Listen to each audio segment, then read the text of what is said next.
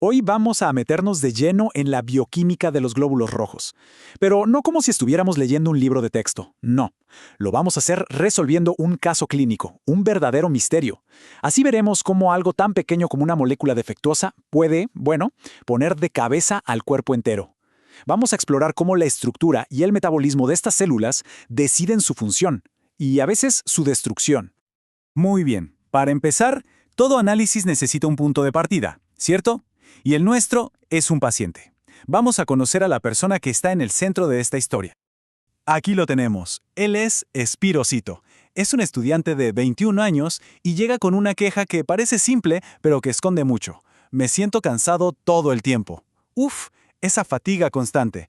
Esa es la primera pieza de un rompecabezas bioquímico bastante complejo que vamos a armar. Bueno, al examinar a Spiro empiezan a aparecer más pistas. Y son bastante importantes. Por un lado, ictericia, o sea, esa coloración amarillenta en los ojos y la piel. También un vaso palpable, lo que llamamos esplenomegalia. Además, nos cuenta que ya tuvo cálculos biliares. Y para rematar, sus análisis muestran un montón de glóbulos rojos inmaduros, los reticulocitos. A ver, si juntamos todo esto, el cuadro empieza a tomar forma, ¿no? Todo apunta a que sus glóbulos rojos se están rompiendo más rápido de lo normal. O sea, estamos frente a un caso de hemólisis. Y aquí viene el dato clave, la prueba contundente. Su hemoglobina. Apenas 8 gramos por decilitro. ¡8! Pensemos que lo normal para un hombre adulto es entre 13.5 y 17.5. Así que sí, Spiro tiene una anemia bastante seria. Pero la verdadera clave, la pista que lo cambia todo, aparece cuando miramos su sangre bajo el microscopio. Los glóbulos rojos de Spiro no son normales. No tienen esa forma clásica de disco bicóncavo. Para nada. Son pequeños, redondos, oscuros. Son esferas. Se les conoce como esferocitos. Y esta forma anormal, este es el hallazgo que nos va a llevar directamente al diagnóstico. Esto, claro, nos lleva a una pregunta fundamental. Una de esas que conectan la estructura con la función. Si la forma de los glóbulos rojos está mal, si está alterada, ¿qué nos dice eso sobre su integridad? ¿Y sobre cuánto tiempo podrán sobrevivir en la circulación? Es una pregunta clave. Pues bien, para responder a esa pregunta tenemos que meternos en la anatomía del eritrocito. Y es que la respuesta está justo ahí, en su citoesqueleto, porque esa forma tan particular que tiene no es casualidad, para nada. Es una verdadera maravilla de la ingeniería celular. A ver, pensemos en el glóbulo rojo. No es simplemente una bolsita llena de hemoglobina para nada. Tiene un esqueleto interno, un citoesqueleto que es el responsable de esa forma bicóncava y, lo más importante, le da una flexibilidad increíble. Piénsenlo, tiene que poder deformarse para pasar por capilares que son más estrechos que su propio diámetro. Es asombroso. Y el corazón de este citoesqueleto está formado por un trío de proteínas clave, la espectrina, la anquirina y la proteína de banda 3. Imagínense que son como las varillas y los tensores de una carpa. Mantienen todo en su sitio y le dan la forma correcta. Ahora, ¿qué pasa si una de esas varillas está rota? La carpa se deforma. Pues lo mismo pasa aquí. Una mutación en cualquiera de estas proteínas resulta en una célula frágil, deforme, justo como los esferocitos de Spiro. Ok, con esto en mente, volvamos al paciente. Sabemos que el vaso funciona como un control de calidad. Es el filtro que saca de circulación a los glóbulos rojos que ya están viejos o dañados. Entonces, la pregunta es, ¿qué creen que le pasaría al vaso si de repente tiene que lidiar con millones de estas células frágiles todos los días? Piénsenlo, porque la respuesta nos lleva directamente a uno de los hallazgos clínicos de Spiro. Bien, ya entendimos que la estructura está fallando. Pero ¿cómo sobrevive una célula así? ¿Cómo funciona su motor, su metabolismo? Y aquí viene lo interesante. El glóbulo rojo maduro es una célula muy particular. No tiene ni núcleo ni mitocondrias, como le hace para sobrevivir.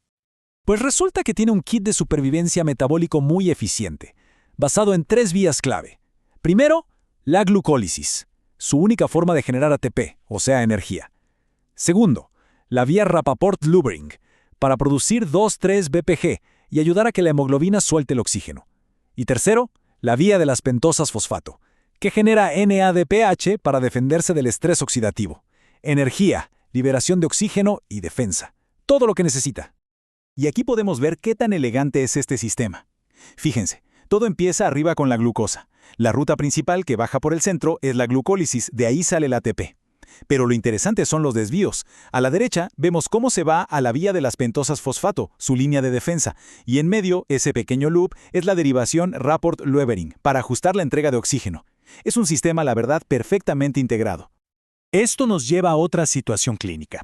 Imaginen un defecto hereditario en la piruvato quinasa, la enzima del último paso de la glucólisis. De repente, la producción de ATP cae a la mitad. ¿Qué pasaría? Bueno, sin suficiente energía, las bombas que mantienen el equilibrio de agua y sales en la célula simplemente fallan. La célula se hincha, se pone rígida, pierde toda su flexibilidad y termina destruida en el vaso. Es increíble cómo la falla de una sola enzima puede provocar una cascada de destrucción. Muy bien, ya hablamos de la estructura de la célula y de su motor. Ahora hablemos de su carga, de lo que lleva adentro.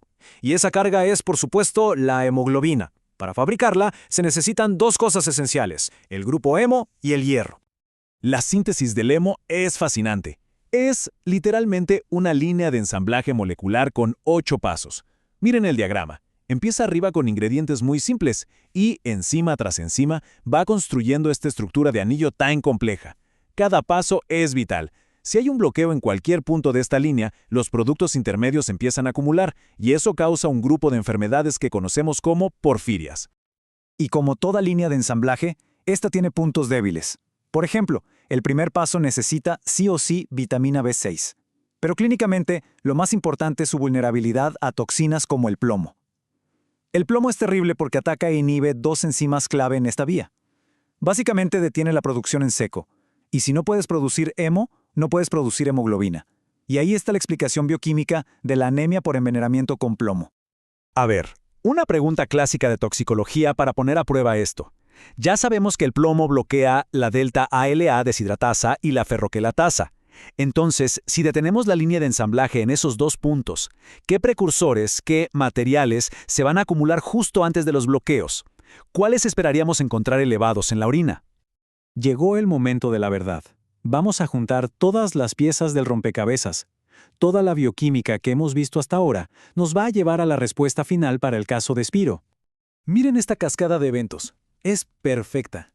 Todo empieza con un solo problema, un defecto genético en una de las proteínas del citoesqueleto. El resultado, glóbulos rojos frágiles, los esferocitos.